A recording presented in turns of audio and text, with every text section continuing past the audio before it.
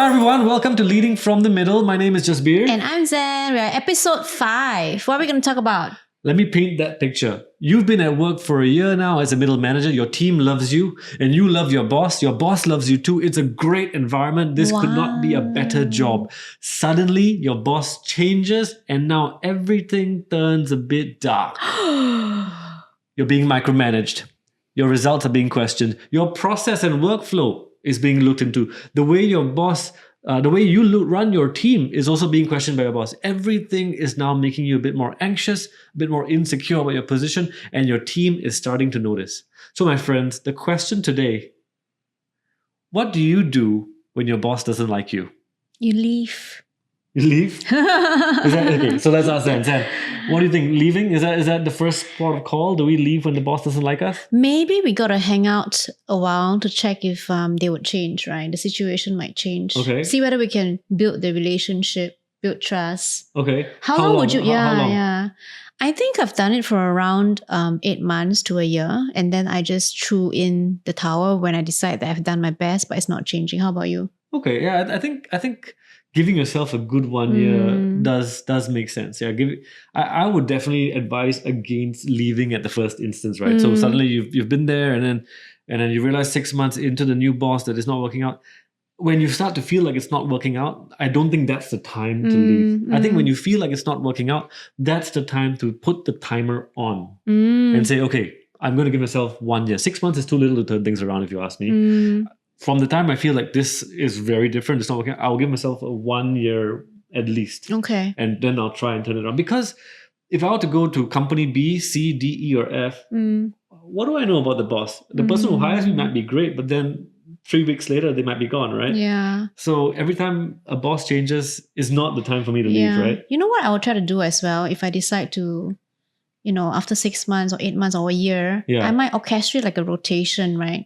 I might talk to other people, and build my networks. If I still want to stay in a firm, But I would say, orchestrate the rotation after you have tried to turn things around with this boss, right? Because like if you put in the towel and you rotate out to another boss again, then you want to test your own skill set, right? Yeah, especially if you like the space you're in. Like if you like the department, then you want to be able to do well in the place that you like and not just leave because of the boss. So what do you do? Yeah. What can you do to manage? What is the usual problem and what do you do to make it better? Yeah, so I guess I had a situation like this a few years ago, right? So once upon a time, I was working in a public institution. It was a university space, and I was hired into a particular center by a really visionary boss. This lady was pretty amazing. She had great ideas, and she had the backing and the mandate from the whole organization to go and make that change. 6 months was amazing with her. We were really driving change. And then one day she left, right? So it was just around December, November. And suddenly she left and we were shocked because we've had a great 6 months together and it was quite sudden how things unraveled. And suddenly by January, we had a brand new boss. And this new boss, I mean, stellar track record, but just a very different mission. This person saw the organization or the department differently and wanted to achieve very different priorities. But my team was hired for the last set of priorities. And so that anxiety came in, right? Every day we went to work saying, okay, these are the boss's priorities. We are doing something different. We were hired for something different. Our skills are something different. Every day was anxiety.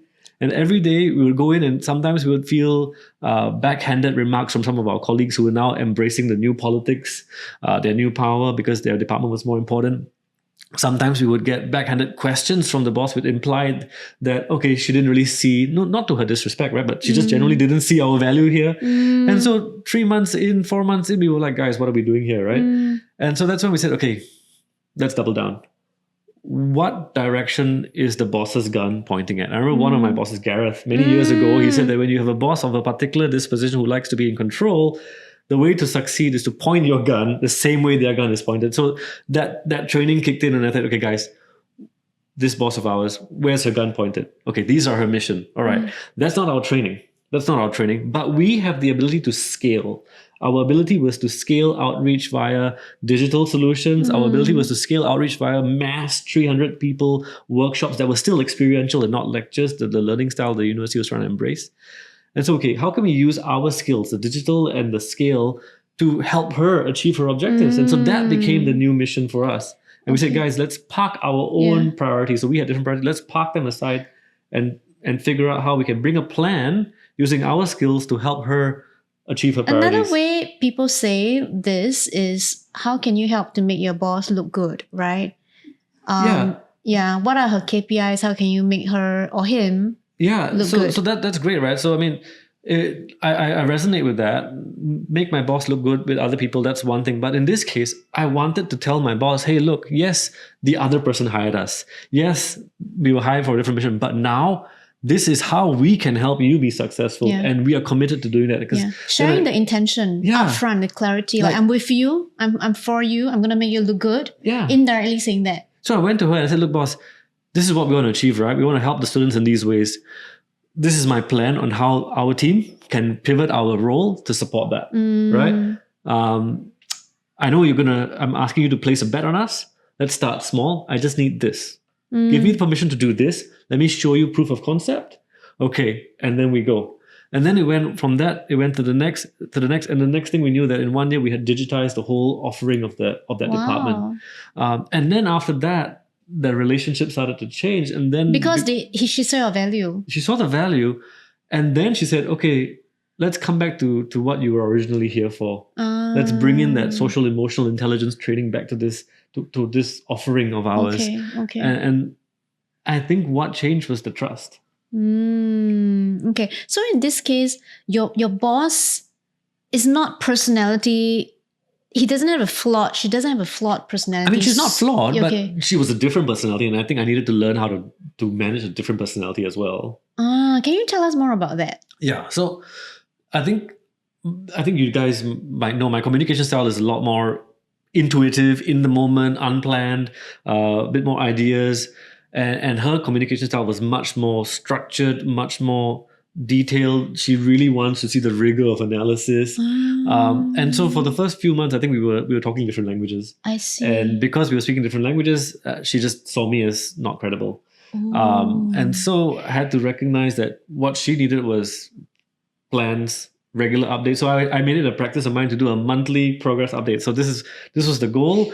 Now, this is what we have done for the last 1 month to work towards the goal. These are the actions. These are the impact on the result. You dial up your structure, Jasper. With much difficulty. But it meant feeling a bit more stressed in the moment, but I had to dial that up. Yeah. So that's a change in your communication style, reporting structure, proactivity. I had to become very proactive to report regularly, update regularly, which I'm really bad at doing. I had to do that in a structured way.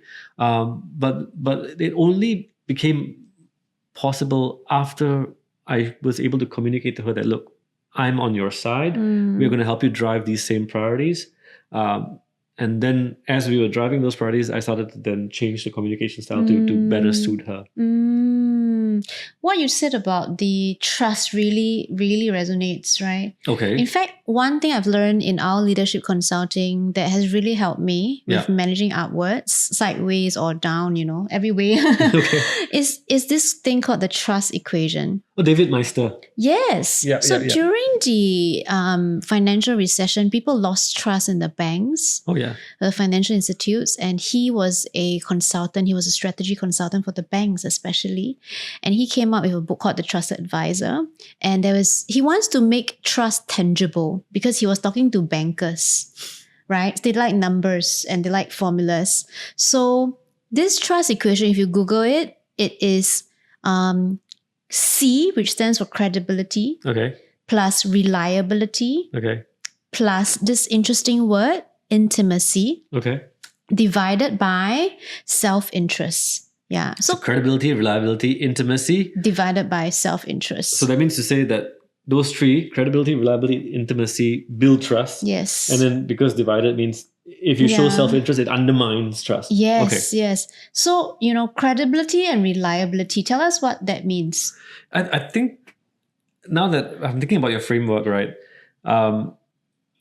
If I was the boss, I think typically to build up on trust, you need to build intimacy with your direct reports, right? But now that I was not the boss, my boss was the one that I felt that didn't trust me, right? Because I was hired by the last person, I didn't have the priorities that she had. Or relationship at all. Yeah, so I think what in my situation, or for anyone who's dealing with a boss who's doesn't like you, in inverted commas, the key is to, I think, the credibility and the reliability. Yes. So credibility will be our experience. Like you said, you could do the digital part for her. Yeah. And your knowledge. Yeah. Yeah. But I guess maybe I take back what I said now, right? Your credibility is fixed, right? Your resume is done. So if the boss doesn't like you, I think we can dial up the reliability. So let's get on the same page. Boss, you want to achieve these outcomes. Okay, reliability means that I'm going to deliver on them. And I'm gonna what you say is what you do. What I say is what I do, and I'm gonna do it in the time I promised you to do it. I'm gonna do it. I'm gonna do it to the standard I've promised. Yes. And so that means I'm gonna start small. I'm not gonna set myself up to fail. Yes. I'm gonna say, boss, okay, let's do one proof of concept. I want to do one pilot in this domain, and it's a low risk for me. Okay, did it work for you, boss? Okay, good. Then I might enlarge it and build the reliability up. Baseline, you're right, it's credibility and reliability, which most people might have at middle level, right? The harder one that... No, but they won't have it if the boss comes in with a judgment on them already. And that's why they need to dial up the reliability to show the boss, you can trust me. Yeah, the other one is... actually what David Meister found out in his research when he went through the banks and they asked him to do this, right? The intimacy part is missing. Intimacy is not like I give you a hug every single day, right? Even though we do that a lot for oxytocin. But intimacy is really, do I know who you are as a person? Right? Yep. Do I know who you are as a person?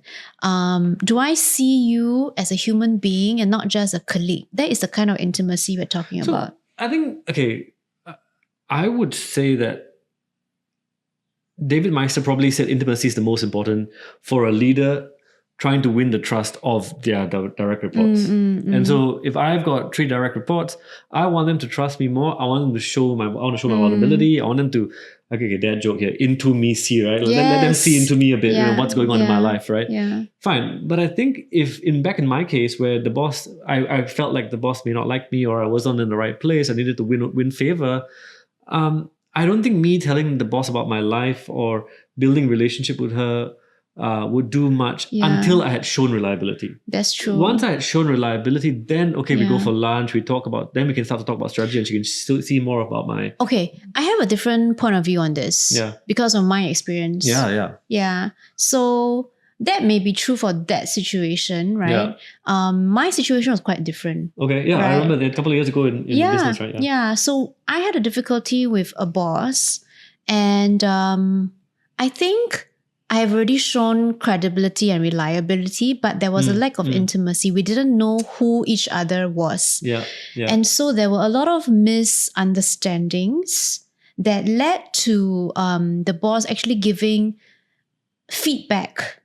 Right? Or I would just put it openly, like complain, right? Right. Yeah, to my line manager. And it got quite, I would say, quote unquote, it got quite messy. And I felt very shocked by that. Imagine, right? Another person telling your line manager about Jasper saying like, not doing good, right? And I felt very wronged in that process because, I have been in I'm credible and I'm reliable. I get things done, So you felt wrong, so you kind of wanted them to just understand you better. Exactly. And it's because the intimacy is not there. So this person might have a perception of Zen that threaten, we talk about human ego? Yeah. That threaten her human ego. Right. And how I had to repair this relationship is to really show up even more authentically, even more vulnerably, even more revealing like, okay, who I am, why I did this, why am I doing this, right? So that the human ego is not hurt. But some people feel like this is my client. Why are you calling my client? You never know. Right. Yeah, like stay in your side, right? Yeah. Whereas you're trying to be really responsible. They think that you're trying to don't steal my client. Just why you email my client? Yeah. So these kind of things, it's sensitive, right? Yeah. If the person don't have that trust and intimacy is the key part here. It's not about reliability anymore or credibility. Then they will feel like this person is trying to step on my toe, sensitive my client. Yeah. So in the end, we had a lot of informal chats whereby we talk about lives. It turns out that we both have very strong tiger mums. Ah. We are both same peas in a pot in the sense that we are both quite assertive. We have really? Are you assertive? Cut. Okay. Let's cut this. I need to assert you know recuperate from this attack. So you and her are assertive. Yeah. Okay, sure. So then we discover, this is how you are wired. I'm the same. And we have a baseline now, and we are friends now. And it's amazing, right? How a relationship can be repaired that way in a professional front once you have a really deep understanding of each other. I would say that you know how I'm wired. When I did this, is not to steal your client. Yeah. Right? I am very responsible. Yeah. Yeah. So what I'm understanding from this is we all have to look at the difficult relationship, and let's use David Meister's ingredients of trust or the formulas of trust and say, okay, credibility, reliability, intimacy, and self-interest. What is the issue here? Yeah. In your case, it was intimacy. You eventually realized through some exploration. And for me, after some exploration, I realized that it was really reliability, right? I guess it's different for everybody in different situations, but if we have a difficult boss, then look at the trust equation, I guess, and see how we can dial up certain things. Let's talk about self-interest, because that is also important for awareness of all of us, playing the game in an organization. Yeah. So what does self-interest mean? Yeah. So if I put myself in the shoes of my boss previously, right?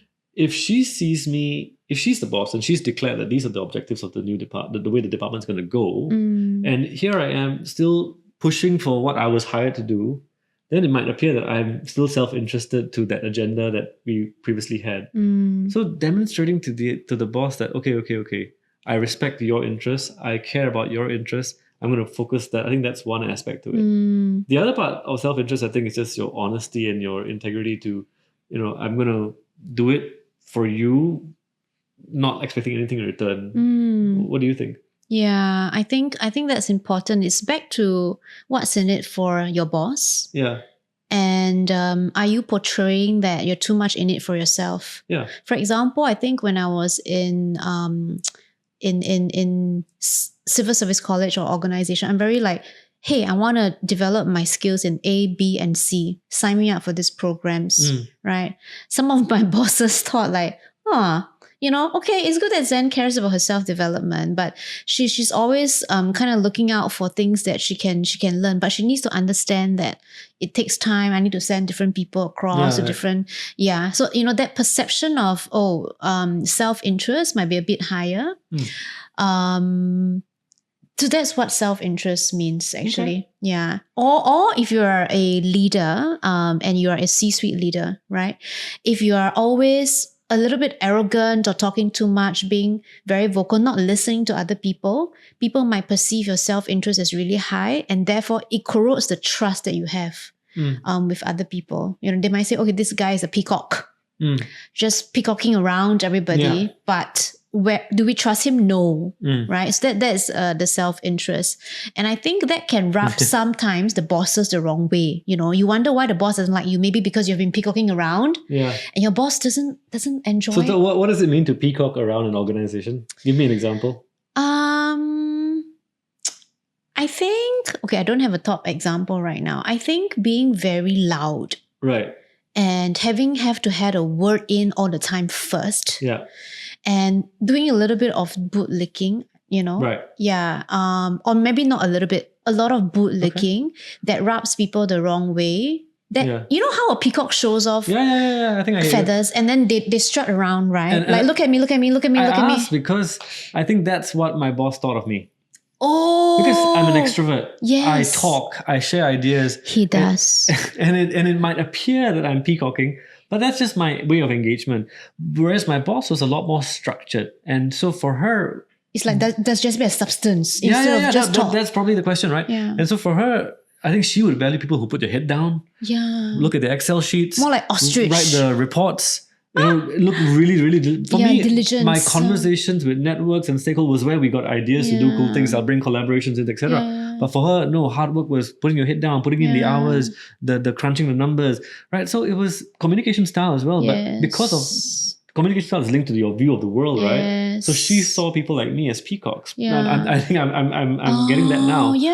Yeah, so perception, managing perception. Yeah. So her perception of Jasvir was peacock. Yeah. And then my bosses, one of my bosses' perception of me was stepping into the, like getting my clients, stealing my clients, right? So once we understand the perception, then we can shape it. Yes. So you deliberately shape it. Actually, I'm not trying to, I can be structured. Yeah. Yeah. Well, for me, it was just, I guess, just be quieter, communicate via the email, traditional ways. Yeah. Don't have to be such a networker in the office. You can do it on your personal time, I guess. Yeah. No, good lesson. That's why actually asking for feedback is also very important when it comes to managing upwards. Like, hey, I'm noticing that, we didn't talk about it, but what was the certain things that I can improve in the meeting? Asking for feedback so you know the perception and you can kind of hit the nail on the head with how you're gonna calibrate certain behaviors. Yeah. Okay. Any last words in terms of how we can help our listeners manage up? Wow, last words. I think really, know the agenda of your boss, the priorities, right? What direction is their gun pointed at? How can you contribute to that? How do they perceive you, like you said? Do we need to adjust our communication styles? And then, okay, do I need to dial up my reliability? Do I need to dial up my intimacy? Or do I just need to look less self-interested? I think that's a lot to do. Yes. And I would say if you have a boss that requires a lot of constant communications, every touch point that you have with them, you got to test the temperature. Like, are we still warm? Yeah. Right. And keep them on the loop of what you have been up to so that there is a greater level of trust. Right. Yeah. So we could go on forever because this is a topic. This is a big one. So again, thank you for listening to us. I hope you enjoyed the segment, the episode. If you have any questions again about how to manage upwards, specifically your bosses, let us know. And we will see you in episode 6.